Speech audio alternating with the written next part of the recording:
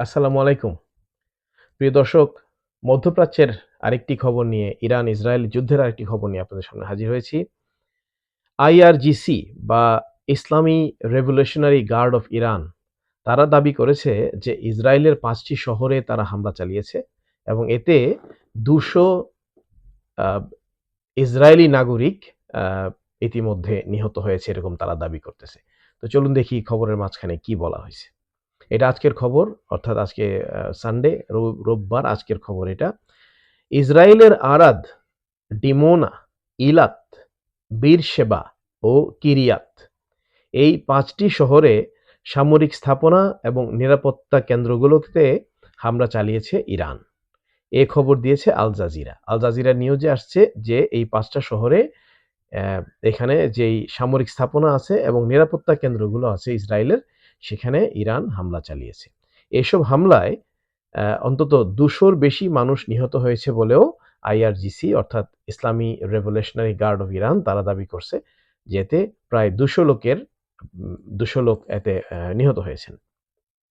আচ্ছা, ইসরায়েল অবশ্য এই খবর নিশ্চিত করেনি। হুম?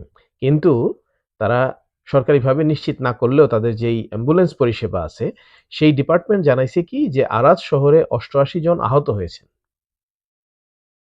আরত শহরে ৮৮ জন আহত হয়েছেন এটা জানাইছে অ্যাম্বুলেন্স পরিষেবা। কারণ তাদেরকে তো এই সার্ভিসটা প্রোভাইড করতে হইতেছে।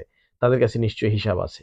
যেহেতু ইসরায়েল এটা অস্বীকারও করে নাই, স্বীকার করে নাই বাট অস্বীকারও করে নাই, সেহেতু ধরে নেয়া যায় যে হয়তো খবরটা সত্য।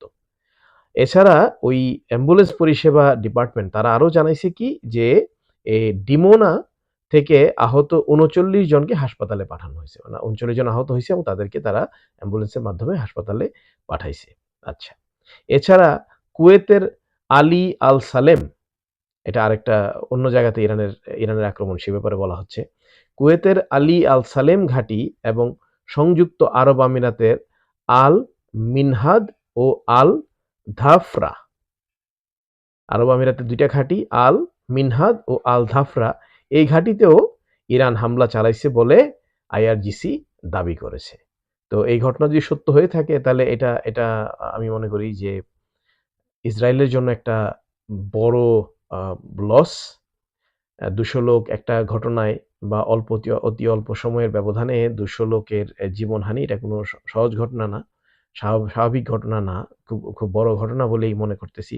এবং এট এ টাইম আরো যেটা এখানে বিবেচনা করার বিষয় সেটা হলো যে এখানে ৫ টা শহরে এট দ্য সেইম টাইম তারা আক্রমণ করছে। এর মানে হলো যে যত সহজে আক্রমণকারীরা ধরে নিছিল যে বোধহয় অতি অল্প সময়েই ইরানকে আক্রমণ করা যাবে এবং এই আক্রমণ করে তাদেরকে আ কুপঘাত করা যাবে, সেটা বোধহয় খুব সহসা সম্ভব হচ্ছে না। তাই আইআরজিসি দাবি করছে যে তারা ২০০ লোকের প্রাণহানি ঘটাইছে। আর ইসরায়েলের অ্যাম্বুলেন্স পরিষেবা তারা দাবি করছে যে তারা আহত লোকদেরকে চিকিৎসা দিছে ২ টা শহরে। আবার ইসরায়েলের অ্যা সরকারি সংস্থা তারা এটাকে অস্বীকারও করে নাই। তো আইআরজিসির দাবি ভেরি লাইকলি এটা সত্য, এবং যদি সেটা হয়ে থাকে তাহলে এটা ইসরায়েলের জন্য কোনো প্লেজেন্ট ঘটনা না। ইরানিয়ানদের জন্য যদিও বা খুশির খবর, কিন্তু এটা আসলে ইসরায়েলের জন্য এটা আসলে একটা দুঃসংবাদই। তো আমরা দেখি যে এই ব্যাপারে আইআরজিসির এই দাবির ব্যাপারে ইসরায়েল কি বলে, এবং ইসরায়েল আসলে এটা স্বীকার করে না অস্বীকার করে, সেটা দেখার অপেক্ষায় আমরা থাকি।